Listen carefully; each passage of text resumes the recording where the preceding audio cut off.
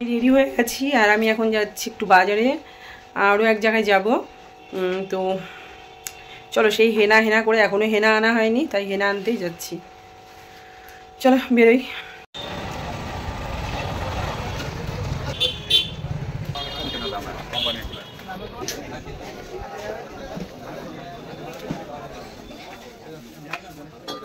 কেনাকাটা কমপ্লিট, চলে আসলাম সামনের দিকে।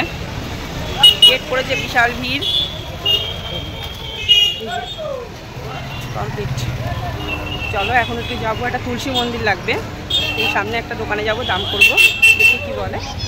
বন্ধুরা বাড়ি চলে এসেছি। তুলসী মন্দির দেখতে গেছিলাম, তো দাম শুনে আসলাম। আর আসলে আমাদের একজন বলেছে যে মানে কি বলবো, মানে এই দিকে আর কি এক জায়গায় বানায়, উনি বানিয়ে দেয়, তুমি যেরকম বলবে সেরকম। তো দেখলাম যে সেখানে যাব, তো তার আগে দামটা জানা খুব জরুরি।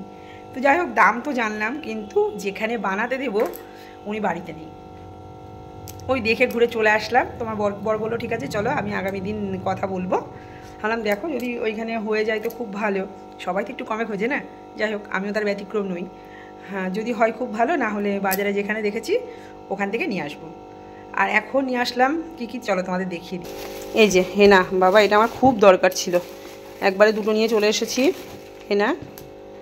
আর নিয়ে এসেছি এই যে একটা আমুল দুধের প্যাকেট, আর নিয়ে এসেছি একটা বিস্কুট, আর নিয়ে এসেছি এটাও শেভিংয়ের জিনিস, ব্লেড বোধ হয়। এই হচ্ছে আমার কেনাকাটা আজকের।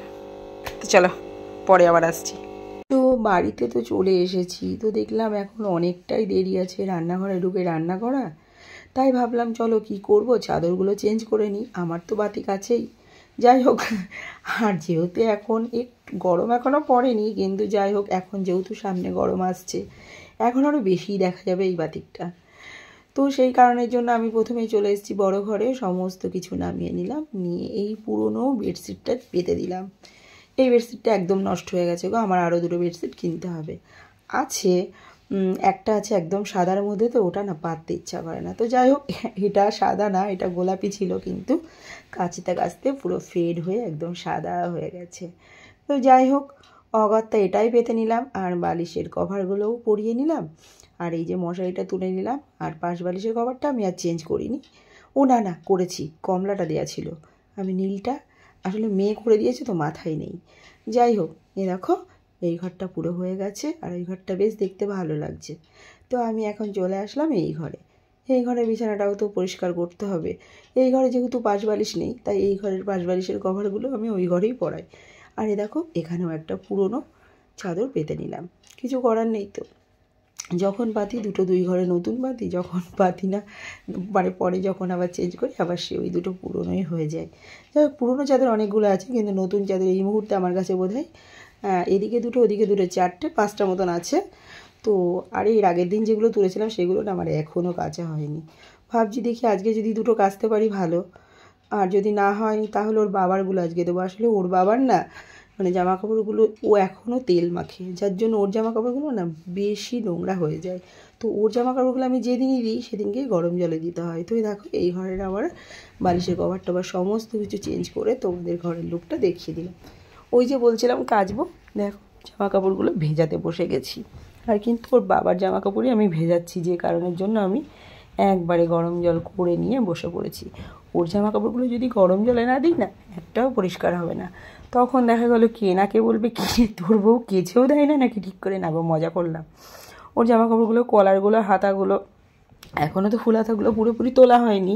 তবে হ্যাঁ, আমার সোয়েটার বলো মানে গায়ে দেওয়ার চাদর বলো মাফলার বলো মোটামুটি সবই তুলে দিয়েছি। শুধু ওর বাবার একটা মাফলার বাইরে আছে। আর মেয়ের যদি কখনও লাগে তাহলে ও তো স্টোল বা ওড়নাগুলো ব্যবহার করে, মানে কানটা বা মাথাটা ঢাকার জন্য। তো যাই হোক, ওই 2-1টা সামনেই আছে, দরকার হলে নিয়ে নেবে। তো এদিকে দেখো আমার সমস্ত জামাকাপড় ভেজানো হয়ে গেছে, আর ওইদিকে না আমি মোটর চালিয়েছি। তো চলো জলটা ভরে নিই। সমস্ত কাজকর্ম কমপ্লিট করে আমি চলে এসেছি রান্নাঘরে। এবার করবো হচ্ছে রুটি আর তড়কা আমি ওবেলাতেই ভিজিয়ে রেখেছি। আর আটা মাখবো, আগে মটর না তড়কার ডালটা সেদ্ধ বসিয়ে নিই, তারপর আটা মাখবো। চলো আগে সেদ্ধটা বসিয়ে নিই। আর আজকে ওদিকে মিষ্টু পেঁয়াজ রসুন সব কেটে দিয়েছে, আর একটু পেস্ট আছে, ওই পেস্টটা দিয়ে হয়ে যাবে। যেহেতু আজ রাতে হবে রুটি তড়কা, তাই ভাবলাম প্রথমেই প্রেশার কুকারটা নিয়ে নিই। আর ডালটা তো আমি ভিজিয়েই রেখেছিলাম, এটা না সবুজ তড়কা ডাল। হ্যাঁ, তোমরা হয়তো বলবা ডাল তো তড়কা ডাল তো সবুজই হয়, যাই হোক আমি জাস্ট এমনি বললাম। আর আমি না এটার সাথে কয়েকটা ছোলার ডাল মানে অল্প কয়েকটা আর কি দিয়ে দিয়েছিলাম। তো এটা দেখো ধুয়ে প্রেশার কুকারে দিয়ে দিলাম, দিয়ে আমি গ্যাসে বসিয়ে দিলাম, জাস্ট কয়েকটা সিটি দিয়ে নেবো, তাহলেই হয়ে যাবে। আর এদিকে আমি আটা নিয়ে নিয়েছি। আর যেদিন তড়কা হয় না আমি একটু রুটি খাই। তো যাই হোক, দুটো কোনো দিনই খাই না, কিন্তু আমি জোর করে পাতে দুটোই দিই। ওই একটা বড় দেড়খানা খেয়ে নেয়, একটা কমই খায়, দেড়খানা খায়, কিন্তু দুটো আবার কোনো দিনই খাই না। তো যাই হোক, দেখো এদিকে আমার আটা মাখানো হয়ে গেছে। একবারে আমি আটাগুলোকে গুলি করে ঢেকে রাখলাম, তাতে আমার কি পরে রুটিটা করতে সুবিধা হবে। তো আমি দেখলাম ভিজানো তো অনেকক্ষণই হয়ে গেছে, তো চলো জামা কাপড়গুলো মেশিনের মধ্যে দিয়ে দিই। কেননা এই ভেজা জামা কাপড়গুলো না যখনই আমি মেশিনে দিই তখন অনেকটা টাইম লাগে। মানে অন্য সময় আমার কাচতে যদি 45 মিনিট থেকে 50 মিনিট বা হ্যাঁ ওই তো 60 মিনিট লাগে, তো এগুলো কাচতে আমার 1.5 ঘন্টা কভার হয়ে যায়। তো যে কারণের জন্য আমি ওগুলো দিয়ে চলে আসলাম রান্নাঘরে। আর এই দেখো প্রেশার কুকারটা নামিয়ে নিলাম, মানে মটর না ডালটা আমার সেদ্ধ হয়ে গেছে। তো আমি ডালটা পরে করব, কেননা আমি না রুটিটা সবসময় মানে পরিষ্কার পরিচ্ছন্ন গ্যাসে করে নিই, তারপরে ওই ডিম বলো বা পেঁয়াজের কাজ বলো তারপরে করি আর কি। তো যাই হোক, যে কারণের জন্য আমি দেখো রুটিগুলো বেলে নিচ্ছি, ভেজে নিয়ে তারপরে আমি তড়কাটা করব। আর তোমাদের তো আগেই বললাম তড়কার জন্য আজকে আমার বেশি খাটতে হয়নি, মেয়ে আমাকে পেঁয়াজ রসুন সবই কুচি করে দিয়েছে, ও টমেটো দিয়েছি কিন্তু আমি সাথে। যাই হোক, এগুলো সব ওই কেটে দিয়েছে, আমি শুধু রুটিগুলো বেলে নিয়ে দেন কড়াই বসিয়ে দেবো, তড়কাটা করব। ও হ্যাঁ, তড়কাতে কিন্তু ডিম দেবো দুটো, আমার বেশ ভালো লাগে।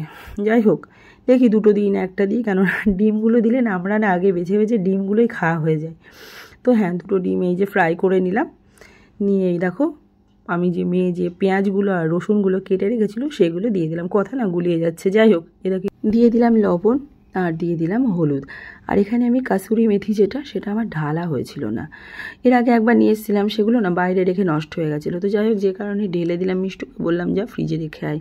ওদিকে আমার মশলাটা কষানো হয়ে গেছে, আমি ডালটা ঢেলে দিলাম, পরে আমি ডিমটাও মিশিয়ে দিলাম, আর কাসুরি মেথিটাও কিন্তু তার মধ্যে আমি দিয়ে দিয়েছি। তো ওদিকে ওয়াশিং মেশিন চালিয়েছি, ওটা এখনও হচ্ছে, জামা কাপড় ধুয়েই যাচ্ছে ও। আর আমার এদিকে রান্নাবান্না সব হয়ে গেছে, দুপুরবেলার একটু চিকেনও আছে, আর তড়কা তো করলাম, তো যে যা খাই খাবে। আর এখন আমার কাজ বলতে কিছু বাসন আছে, বাসনগুলো মাজবো, তারপরে একটু ফ্রেশ হয়ে বসতে মানে ফ্রি হয়ে বসতে পারবো। তারপরে তো ডিনার টাইমে ডিনার করবো। আর এখন অলরেডি কিন্তু 9:30 বেজে গেছে, মানে না বাজলেও 2-1 মিনিট বাকি আছে বাজতে, তো এখনও ঢোকেনি, ঢুকে যাওয়ার টাইমও হয়ে গেছে। আর বাসনটা মাজবো পরে, আগে হচ্ছে কাটবো শসা আর পেঁয়াজ, কেটে নিয়ে বাসনটা মেজে তারপর বসবো। এই যে তরকাটা তো দেখিয়ে দিয়েছি, আরও একবার দেখিয়ে দিলাম, এটা হচ্ছে তরকা। এই যে দুপুরবেলার একটু চিকেন, এখানে আছে গরম গরম রুটি, এটাই আজকে আমাদের ডিনার। এখানে এতগুলো বাসন রয়েছে, গ্যাসটাও পরিষ্কার করতে হবে, এটাও হয়নি। দেখো বন্ধুরা, আমার এই যে বাসনগুলো সব মাজা হয়ে গেছে, আর এখানে পেঁয়াজটা আর লঙ্কা শসাটা কেটে নিয়েছি আমি। চলো এবার একটু বসি, পরে আসছি এবার।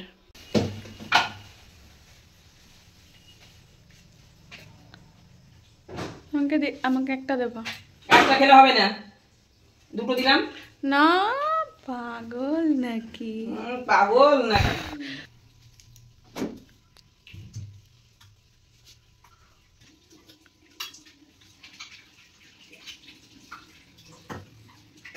খেয়েছি ওখান কোথা থেকে? এখান থেকে না, তখন যে খেলাম দুপুরে। সে খাচ্ছিস, খেয়েছিস, কি হয়েছে?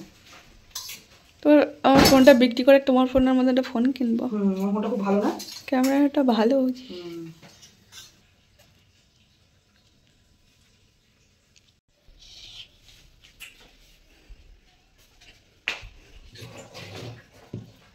যা আমি তরকারি নিয়ে যাচ্ছি, বসে পড়।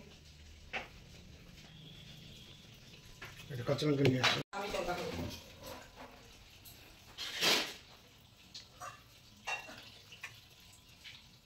সবার খাবার বেড়ে নিয়েছি, এটা হচ্ছে আমার খাবার। আর আমি যতক্ষণ না বসবো, ওই যে ওইটা হা হা করে দাঁড়িয়ে আছে, তুমি আসো তুমি আসো।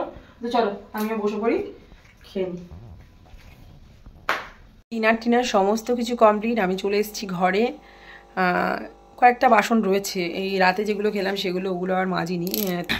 আগের দিন আমি যখন ট্রেনের মধ্যে বাড়ি যাচ্ছিলাম, মানে ডাক্তার দেখানোর জন্য আর কি, যখন যাচ্ছিলাম তখন একটা বাচ্চা, মানে কি বলবো, ট্রেনের স্পিড তো ধরো লোকাল ট্রেন যতই হোক না কেন তার তো মিনিমাম একটা স্পিড আছে না।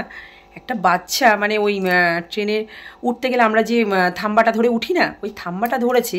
ছোট্ট বাচ্চা, কত হবে বা বাচ্চাটার বয়স? বছর 3 সাথে ওর মা ছিল। আমি বলছি এই তুমি কী করছো, বাচ্চাটা দেখছো না কোথায় চলে যাচ্ছে?